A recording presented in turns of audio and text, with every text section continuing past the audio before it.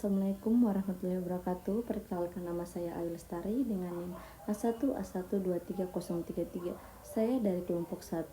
Di sini saya akan mempresentasikan hasil penelitian mengenai eksternalitas negatif pertambangan nikel terhadap kesejahteraan masyarakat dan pengeluaran pemerintah daerah di Sulawesi Tenggara. Baik, langsung saja ke pembahasan. Indonesia adalah produsen nikel terbesar dunia dengan produksi sekitar 2,2 juta metrik ton pada 2024 atau lebih dari 50% produksi nikel global. Sulawesi Tenggara menjadi salah satu sentra produksi nikel terbesar di Indonesia. Namun di balik kontribusi ekonomi besar itu, industri nikel juga menimbulkan eksternalisasi negatif berupa deforestasi, pencemaran air dan udara, serta kerusakan ekosistem pesisir. Penelitian sebelumnya bahkan menemukan gejala resource cost, yaitu dana bagi hasil pertambangan yang justru berkorelasi positif dengan peningkatan kemiskinan di Sulawesi Tenggara, bukan menurunkannya. Penelitian ini bertujuan mengidentifikasi bentuk-bentuk eksternalitas negatif pertambangan nikel, menganalisis dampaknya terhadap kesejahteraan masyarakat lokal, serta menganalisis implikasinya terhadap kebijakan pengeluaran pemerintah daerah di Sulawesi Tenggara. Hasil wawancara didapatkan di lapangan menghasilkan 7 tema. Yang pertama, persepsi. Dampak lingkungan sangat bergantung pada jarak permukiman dari lokasi tambang.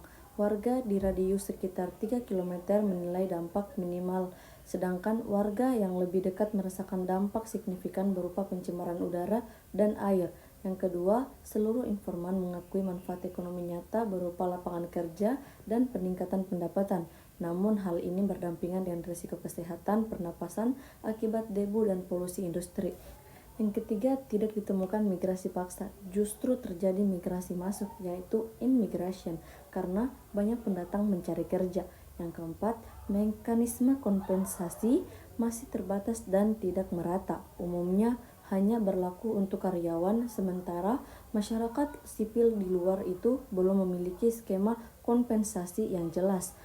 Yang kelima, seluruh informan termasuk perwakilan pemerintah sepakat bahwa sentralisasi dana bagi hasil dan CCR, yaitu disetor ke provinsi lalu pusat kemudian dibagi rata ke seluruh daerah, menjadi sumber ketimpangan fiskal sehingga wilayah lingkar tambang tidak mendapat alokasi yang sebanding dengan dampak yang mereka tanggung. Dan yang keenam, program CCR dan rehabilitasi dinilai membantu tetapi masih parsial dan belum menyentuh pemulihan lingkungan secara struktural.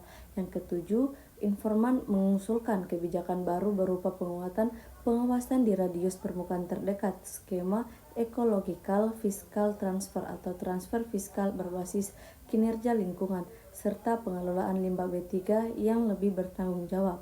Dari pembahasan di atas, kesimpulannya yaitu eksternalitas negatif pertambangan nikel di Sulawesi Tenggara bersifat multidimensional dan berkaitan erat dengan ketimpangan fiskal daerah. Rekomendasinya itu reformasi mekanisme penyaluran dana bagi hasil agar proporsional dengan dampak lokal, penerapan skema ecological fiscal transfer, penguatan mekanisme kompensasi oleh perusahaan bagi masyarakat sipil, serta penguatan kelembagaan masyarakat lokal dalam mengadvokasi hak-hak mereka. Itulah tadi hasil presentasi saya. Lebih dan kurangnya mohon dimaafkan. Semoga pembahasan saya tadi berguna dan memberi wawasan untuk teman-teman semua. Saya akhiri, wabillahi taufik wal hidayah. Wassalamualaikum warahmatullahi wabarakatuh.